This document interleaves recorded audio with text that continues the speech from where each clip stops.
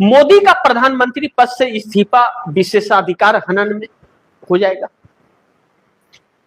इस पर कई सारे वरिष्ठ जानकारों का मानना और कहना है कि प्रधानमंत्री नरेंद्र मोदी ने महिला आरक्षण के नाम पर जो देश के नाम, राष्ट्र के नाम संबोधित किया देश को, वह प्रधानमंत्री के पास एक विशेष अधिकार होता है कि प्रधानमंत्री कभी भी ऐसे वक्त पर जब पूरे देश के लोग अपने घरों में हो, उस वक्त टीवी को देखा जा रहा हो, रेडियो को सुना जा रहा हो, ऐसे वक्त में जब हर कोई उस खबर से आकर्षित हो सके, उस वक्त का इस्तेमाल कर सकते हैं। जैसे पूरे देश को कोई संदेश देना हो कि हमारे देश पर कोई आपदा आ गई है या ऐसी सिचुएशन है जिसको सबको मिल करके एक साथ चलना पड़ेगा और इस दुख का और तकलीफ का सामना करना पड़ेगा और एकजुटता की इसमें जरूरत है, हमें आम जनता का साथ चाहिए, तो इसका इस्तेमाल किया जाता है। विशेषाधिकार इसको कहते हैं, जो राष्ट्र के नाम संदेश होता है। उसे सरकारी channels, private channels, radio, Akashvani से लेकर के एफएम, कोई भी टीवी पर प्रोग्राम चल रहा हो, उस वक्त हर चैनल पे, हर प्लेटफॉर्म पर सिर्फ और सिर्फ प्रधानमंत्री का राष्ट्र के नाम संदेश ही आएगा, बाकी सारे कार्यक्रम रद्द हो जाते हैं ऑटोमेटिक। इतने बड़े प्लेटफॉर्म का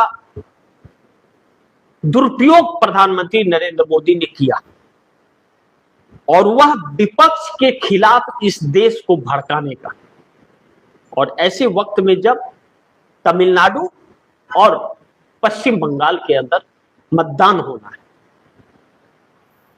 अब यह विशेषाधिकार में आता है। ऐसे में 700 पूर्व आईएएस अफसर, पूर्व जज, पूर्व वकील ने chief election commission of India को खत लिखा कि प्रधानमंत्री नरेंद्र मोदी के ऊपर आचार संहिता उल्लंघन का मामला दर्ज किया गया।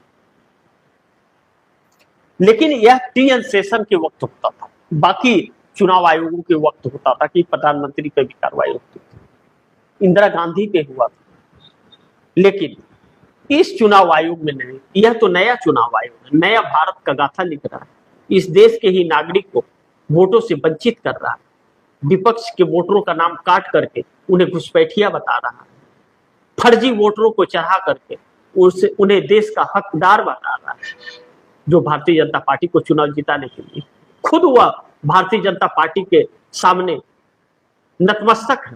प्रशासन भाजपा के साथ है, सरकार के साथ खड़ी है, यानी कि 40 चोर मिल करके एक अली बाबा की रक्षा कर रहे हैं। ऐसे में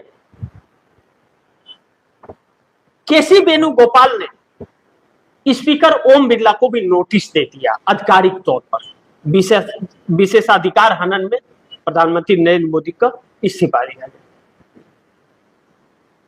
इंदिरा गांधी का इससे पहले जा चुका है, नरेंद्र मोदी के लिए भी जाएगा। और नरेंद्र मोदी तो हर चुनाव में तार तार करते हैं, हर बार यही कार्य करते हैं।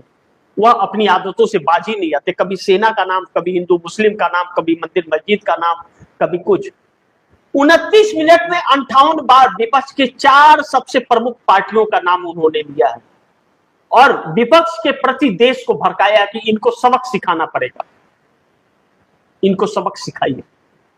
यह दुश्मन है इस देश के, महिलाओं के दुश्मन है। और भेड़िए की तरफ जब भाजपाई महिलाओं को नोचते हैं तब दुश्मन नहीं नजर आता।